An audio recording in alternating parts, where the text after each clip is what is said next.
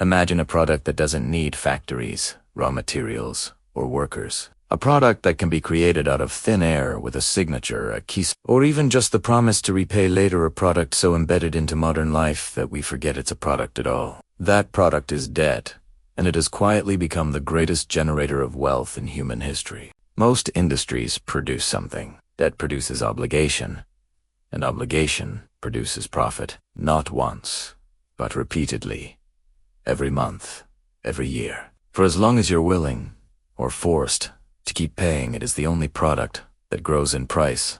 Even after you consume it, you can drink water, you can eat food, you can use electricity. But debt, it keeps charging you long after the product is gone. But how did something as abstract as borrowing become the engine of the global economy? The truth is, debt wasn't invented for convenience. It was engineered to shape societies, influence governments, and channel wealth upward over generations. In the earliest civilizations, from ancient Babylon to the kingdoms along the Nile, borrowing was tied to survival. A bad harvest meant borrowing grain from a temple or landlord. But rulers understood how dangerous debt could be. Too much unpaid debt didn't just ruin families, it destabilized whole kingdoms. So they did something modern governments would never dare. They erased the slate. Kings declared clean slates, erasing all debts to prevent social collapse. In those days, the system protected people. Today, the system protects the lenders. For centuries, religious laws tried to limit the power of interest.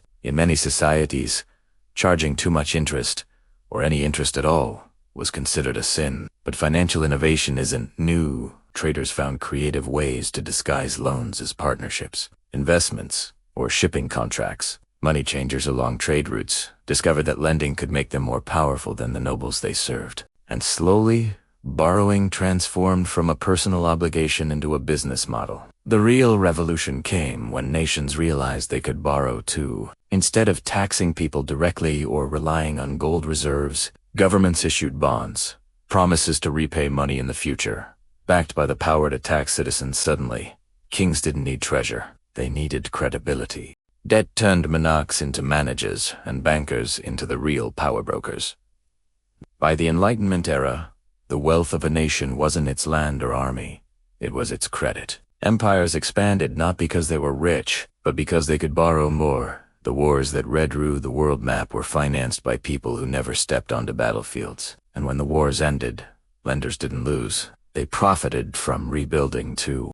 But the most important shift came during the Industrial Age, when debt moved from palaces to the people. Machines needed capital, railways needed investors, factories needed financing, productivity exploded, and so did borrowing. Workers earned more, but corporations earned even more from the interest they paid on the loans that funded growth. Then banks discovered the goldmine of consumer debt. You could lend to a nation once. You could lend to a business occasionally, but you could lend to millions of households every single day. Mortgages made home ownership possible and created decades of payments. Car loans expanded suburban life and expanded bank profits. Credit cards turned instant gratification into a financial weapon disguised as convenience.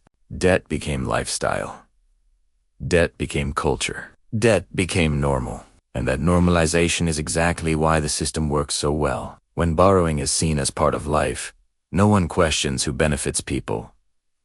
Belobre approved loans as if they're receiving gifts, not contracts. But every loan is a transfer of power, and every interest payment is a small shift of wealth, from the borrower to the lender, from the many to the few. For governments, debt became the political escape hatch. Instead of raising taxes and facing angry voters, they borrow quietly. Instead of solving long-term problems, they push costs into the future. Today, many nations owe more than their entire economies produce in a year. But as long as the interest keeps being paid, creditors are content.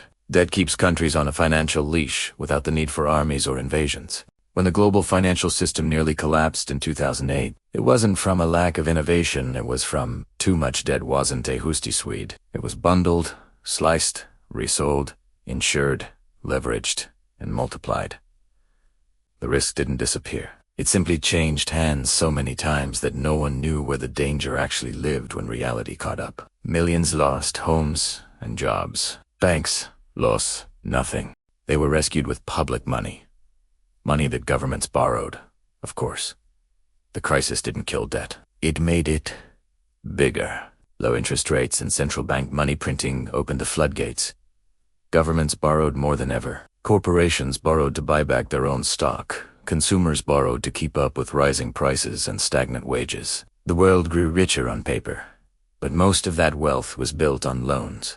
Today, global debt sits above $300 trillion, a number so large it can never realistically be repaid. But repayment was never the point. Servicing the debt, the interest, is the point. Debt isn't meant to be cleared. It's meant to continue. And now, with digital currencies on the horizon, the next chapter is approaching. Money that can be programmed means debt that can be automated. Miss a payment, the system could deduct it instantly. Spend in a way your lenders disapprove of. Your credit access could be limited. Efficient for the system, suffocating for the people. Debt has always been a form of control, but in the digital age, that control could become absolute.